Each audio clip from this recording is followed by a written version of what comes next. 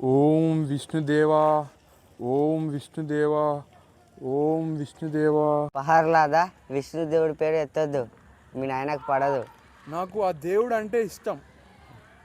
పెహర్లాదా, మీ తండ్రిని మాట్లాడుతున్నాను. రాజు ఎలా ఉండాలో చెప్పవయ్యా. నాన్నగారు, రాజు అనేవాడు కర్ణతో అందరికీ మంచి చేయాలి, అందరినీ సరి సమానంగా చూడాలి. ఇంకా వివరంగా చెప్పు నాయన, నీ మాటలకు నేను మెచ్చితి.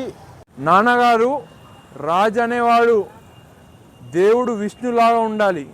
ఏ పహర్లాదా, మీ చిన్నాయనని చంపిన వ్యక్తిని మెచ్చుకుంటున్నావు, అతన్ని మొక్కుతున్నావు. సిగ్గు లేదర్రా?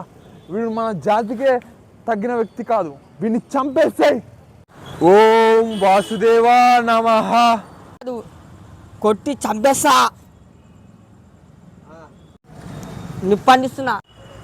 అరే వీనికి ఏమైతే లేదు, వీనికి నీళ్ళలో దెబ్బలా. ఇగానే కాసేబా, నీ కొడుకుకి ఎన్నిసార్లు చంపినా చావట్లేదు. నన్ను క్షమించు ప్రభు.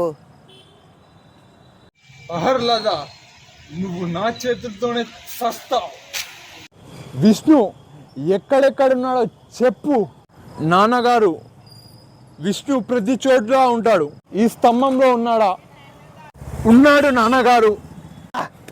హిరణ్యకశిపుని చంపడానికి నరసింహస్వామి ఆ స్తంభం నుంచి వస్తాడు. భయంకరంగా చూపించారు నరసింహస్వామిని. ఆ స్తంభం నుంచి వచ్చి హిరణ్యకశిపుని ఎలా చంపుతాడు అనేది సినిమాలో పెద్ద హైలైట్ అని చెప్పుకోవచ్చు. ఒక పెద్ద ఫైట్ ఇది, నరసింహస్వామికి ఒక అసురునికి, అదే హిరణ్యకశిపునికి. ఎవరైనా మర్చిపోయింటే సబ్స్క్రైబ్ చేయండి, షేర్ చేయండి, వీడియో నచ్చితే లైక్ చేయండి, కామెంట్ చేయండి. మహా అవతార్ నరసింహ సినిమా 1 రూపాయి పెడితే 100 రూపాయల లాభం రావడం జరిగింది. 5 కోట్లు పెట్టి తీశారు మూవీని, 120 కోట్లు రావడం జరిగింది. ఇది ఇండస్ట్రీలో పెద్ద హిట్. ఇంకా directed by Ashwin Kumar, produced by Hubli films, Karnataka banner. ఇది ప్రొడ్యూస్ చేసిన వాళ్ళు. హిరణ్యకశిప వాళ్ళ తమ్ముడు లోకాలని ఏలాలనుకుంటారు. అందుకోసం దేవతలను ఇబ్బంది పెడుతూ అధర్మంగా వెళ్తుంటారు. తర్వాత హిరణ్యకశిప వాళ్ళ తమ్ముడిని, బ్రహ్మదేవుని నోటి పన్ను నుంచి వచ్చిన అవతారం వరాహ అవతారం. ఆ వరాహ అవతారం మెత్తి హిరణ్యకశిప వాళ్ళ తమ్ముడిని చంపడం జరుగుతుంది. వరాహ అవతారం విష్ణుదేవుని అవతారం.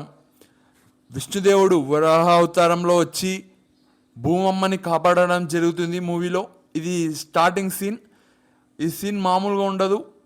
అతన్ని రావడం కానీ, అతన్ని హిరణ్యకశిప తమ్ముని చంపడం కానీ, సినిమాలోనే స్టార్టింగ్లోనే ఒక మంచి ఫైట్ అని చెప్పుకోవచ్చు. అన్యాయాన్ని ఒక దేవుడు ఎదిరిస్తే ఎలా ఉంటుంది అని చూపించారు. కొట్టాడు. అసురులకి రాజైన హిరణ్యకశిప ఇంకా అర్థం చేసుకున్నాడు, విష్ణుని ఎలాగైనా లేకుండా చేయాలి ఈ ప్రపంచంలో, ఈ లోకంలో అని. అందుకోసం వరం కోసం బ్రహ్మదేవుని మొక్కడం జరుగుతుంది. ఆ మొక్కడం వల్ల మొత్తం సృష్టి భయపడేటట్టు తపస్సు చేస్తుంటాడు. ఇంకా ఆ తపస్సుకు మెచ్చుతూ బ్రహ్మదేవుడు వచ్చి వరం ఇస్తాడు. అప్పుడు హిరణ్యకశిప, నన్ను ఏ జంతువు కానీ మనిషి కానీ ఎవరు చంపకూడదు, నన్ను పొద్దున కానీ రాత్రి కానీ ఎప్పుడు చంపకూడదు అని ఇంకొన్ని మాటలు యాడ్ చేసి బ్రహ్మదేవుని మొక్కడం జరుగుతుంది. బ్రహ్మదేవుడు సరే అని వరం ఇస్తాడు. ఇంకా ఈ వరం రావడంతో హిరణ్యకశిప ఇంకా రెచ్చిపోవడం జరుగుతుంది. ముల్లోకాలకి రాజైన ఇంద్రుడిని ఇబ్బంది పెట్టి రాజ్యాన్ని అతని చేతిలో తీసుకోవడం జరుగుతుంది. ఇంకా అప్పటి నుంచి అతన్ని పరిపాలిస్తాడు.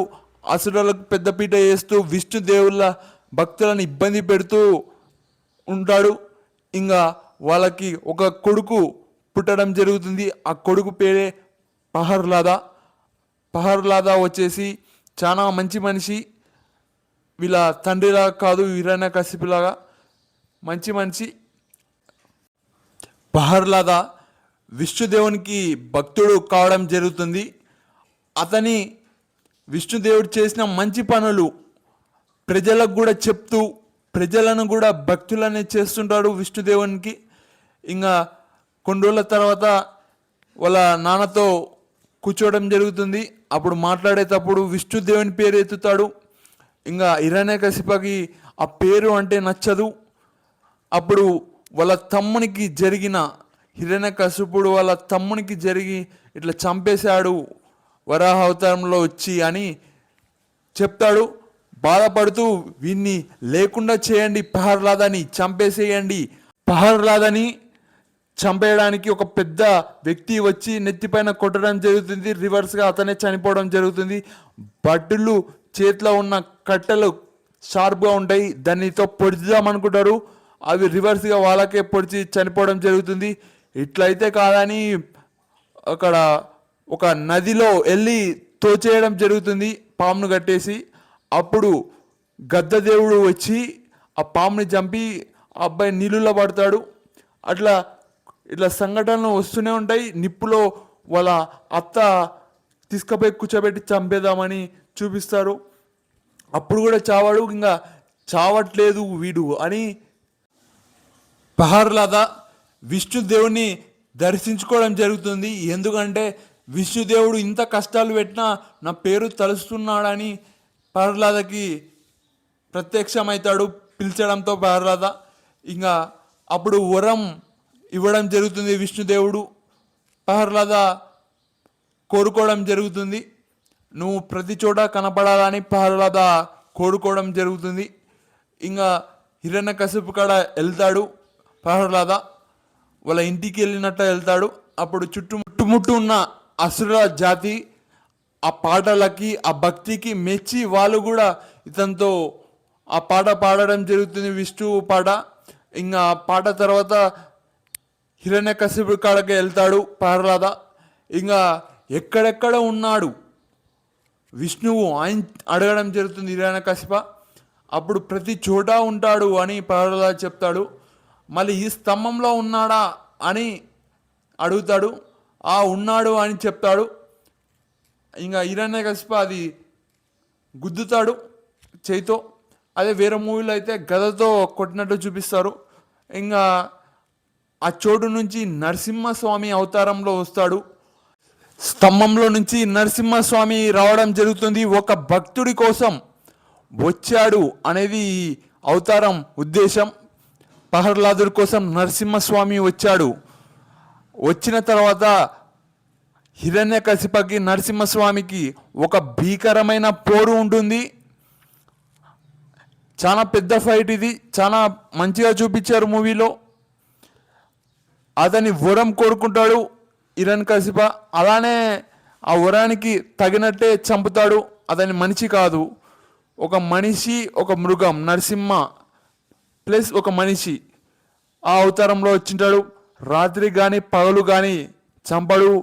అలా సూర్యుడు అస్తమించే టైంలో బయట కానీ లోపల కానీ కడప మధ్యలో కూర్చొని అతని హిరణ్యకశిపుని రెండు ఏ వెపన్తో కానీ గోడ్లతో చంపడం జరుగుతుంది. ఆ పేగులు తీసుకొని అతని మెల్లో వేసుకుంటాడు. అతన్ని శాంతించడానికి ముల్లోకల దేవుళ్ళైన అందరూ వస్తారు. అతని సాధింపజేయడానికి ఎవరు ముందుకెళ్ళి ధైర్యం చేయలేకపోతారు. ఇంకా ప్రహ్లాదని బ్రహ్మదేవుడు వెళ్ళమని చెప్తాడు, నీకోసమే అవతారం ఇచ్చాడు, నీ మాటనే వింటాడని. ఇంకా ఆ కోపాన్ని ఆపడానికి ప్రహ్లాద వెళ్తాడు. దేవుడా అది ఇది అంటాడు. ఇంకా ఆ భక్తికి మెచ్చుతూ నరసింహస్వామి ఒడిలో కూర్చోబెట్టుకుంటాడు ప్రహ్లాదుని. ఇది సినిమాలో ఏమి హైలైట్ అంటే స్టార్టింగ్ వరాహ అవతారం అంటే పంది రూపంగా వచ్చి భూమమ్మని కాపాడడం జరుగుతుంది. కానీ ఇవన్నీ సినిమాకే హైలైట్.